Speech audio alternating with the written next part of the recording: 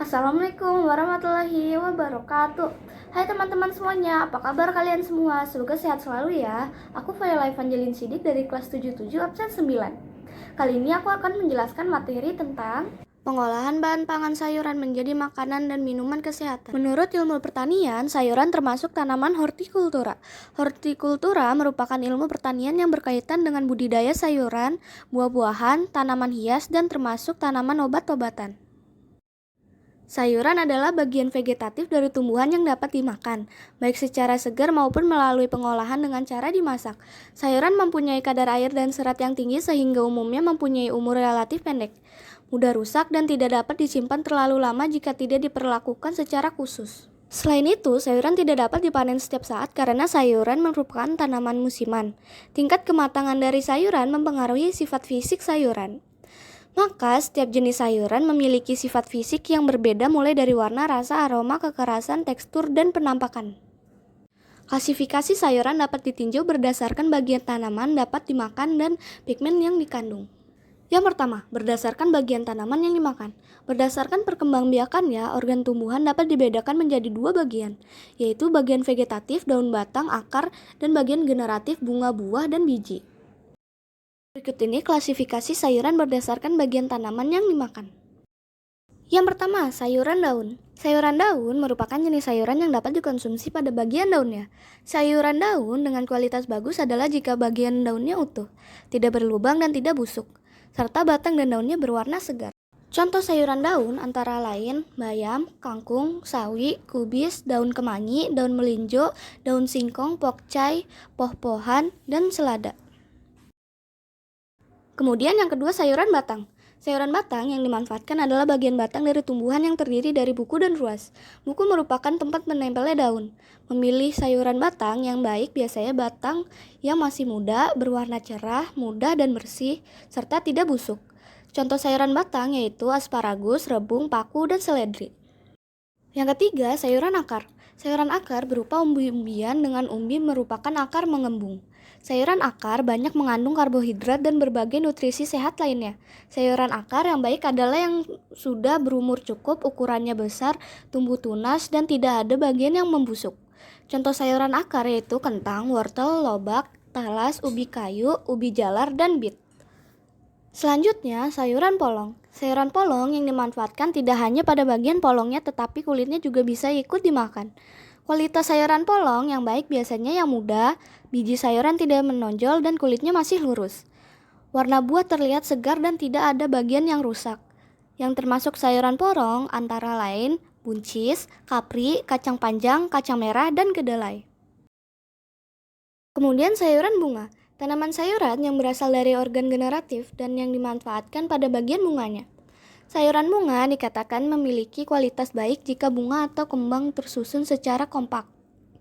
Ukurannya besar, berwarna cerah, segar, dan tidak ada bagian yang digigit hama. Contoh sayuran bunga yaitu brokoli, kembang kol, kecombrang, dan bunga turi. Selanjutnya, sayuran buah. Sayuran buah dihasilkan dari penyerbukan dan pertumbuhan yang terjadi pada organ bunga, sehingga yang dimanfaatkan bagian buahnya. Sayuran buah yang memiliki kualitas baik biasanya dengan tingkat umur yang cukup, tidak terlalu muda dan tidak terlalu tua, berukuran besar dan sayurnya buahnya berwarna cerah, segar, serta tidak ada bagian yang busuk. Contohnya tomat, cabai, paprika, timun, terong, pare, labu siam, jagung, dan oyong. Kemudian sayuran umbi batang. Sayuran umbi batang adalah batang yang tumbuh ke dalam tanah. Ujung batang membengkak membentuk umbi karena penimbunan makanan. Pada permukaan tanaman, umbi batang terdapat daun yang berubah menjadi sisik dan pada ketiak sisik terdapat mata tunas sebagai calon tumbuhan baru.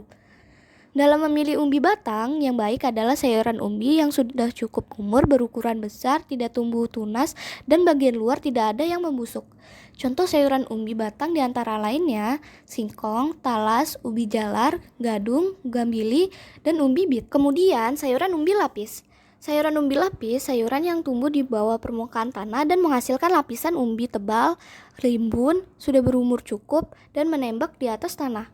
Misalnya bawang merah, bawang putih, bawang bombay, daun bawang, bawang perai, dan adas. Yang terakhir, sayuran jamur. Sayuran jamur secara ilmiah bukanlah tumbuhan, tetapi bagian cendawan dapat dimakan sehingga digolongkan sebagai sayuran. Sayuran jamur yang baik adalah yang masih muda, bersih, dan tidak ada bagian yang rusak terkena hama atau busuk. Contohnya, jamur merang, jamur kancing, jamur tiram, dan jamur kuping. Klasifikasi sayuran berdasarkan pigmen yang dikandung. Yang pertama, ada sayuran berwarna hijau. Sayuran berwarna hijau terbentuk oleh klorofil. Kandungan klorofil pada sayuran hijau dalam suasana asam akan berubah menjadi hijau tua dan dalam suasana basah menjadi hijau terang. Sayuran hijau kaya akan karotenoid yang dapat mengatasi radikal bebas. Mengandung berbagai vitamin yaitu A, C, dan K yang bermanfaat bagi pembekuan darah dan membentukkan tulang. Sayuran berwarna hijau antara lain daun singkong, bayam, kangkung, sayur katuk, seledri, daun melinjo, daun singkong, daun kemangi, daun selada, genjer, dan sebagainya. Selanjutnya, sayuran berwarna ungu seperti terong, bawang, bayam ungu, dan paprika ungu.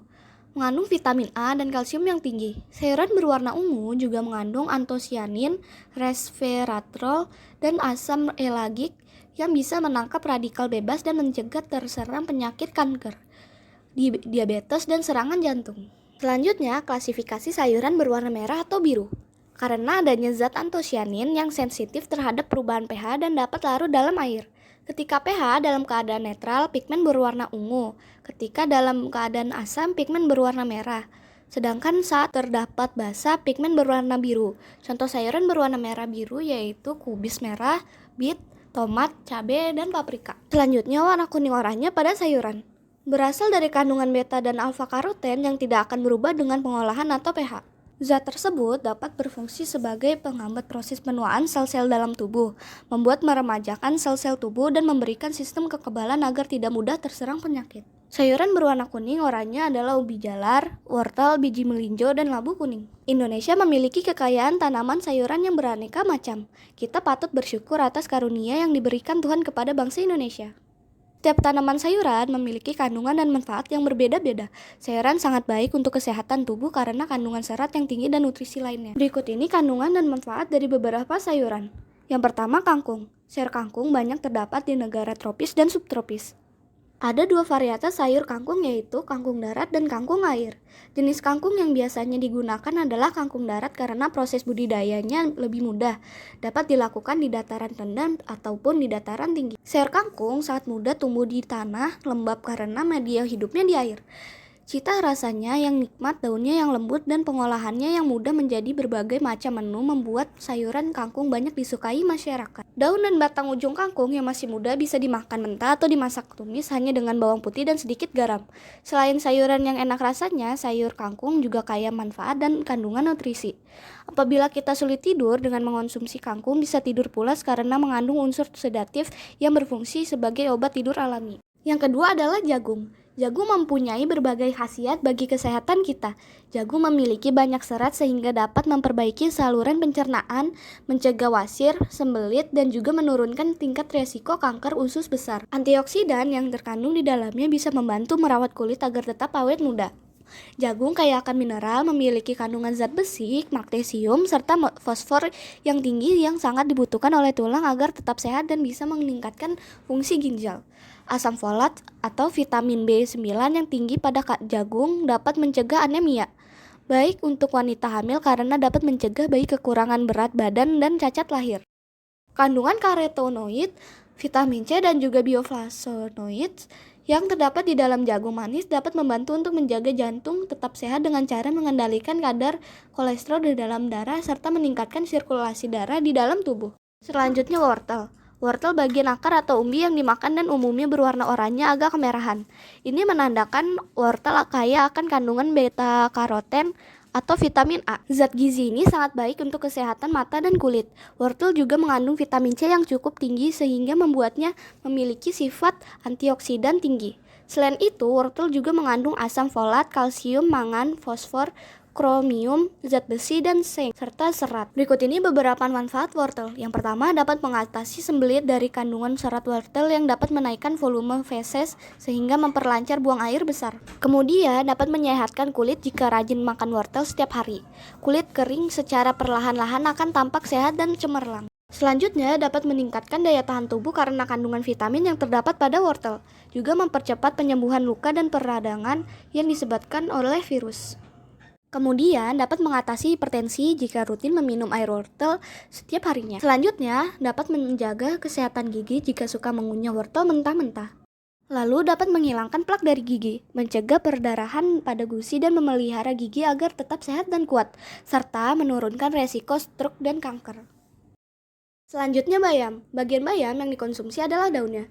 Bayam memiliki daun lebar dan berwarna hijau cerah. Sayur bayam sangat digemari oleh anak-anak, anak muda, dan orang tua. Menurut hasil penelitian, bayam memiliki banyak kandungan dan manfaat bagi kesehatan. Flavonoid dalam bayam memiliki sifat antioksidan dan anti kanker. Bayam mengandung vitamin K yang tinggi dan mineral lainnya, seperti magnesium, zinc, tembaga, dan fosfor. Kandungan mineral-mineral tersebut bermanfaat untuk melindungi pengeroposan tulang dan menguatkan tulang. Vitamin K pada bayam juga berperan sebagai kesehatan fungsi otak dan sistem saraf. Magnesium dalam bayam membantu dalam menjaga tekanan darah normal. Vitamin C dengan sifat alkalinitas dalam bayam memberikan manfaat anti-inflamasi dan peningkatan sistem kekebalan tubuh. Bayam sangat bermanfaat bagi kecerdasan otak dan menjaga kesehatan mata karena mengandung karotenoid. Nah, teman-teman, itulah tadi pembahasan mengenai klasifikasi sayuran berdasarkan pigmen yang dikandung, kandungan dan manfaat sayur, dan teknik pengolahan. Setelah mempelajari pengetahuan tentang pengertian sayur, klasifikasi sayuran, dan kandungan serta manfaat sayuran, apakah teman-teman masih tidak menyukai sayuran? Yuk, mulailah mengonsumsi olahan pangan sayuran dari sekarang. Wassalamualaikum warahmatullahi wabarakatuh.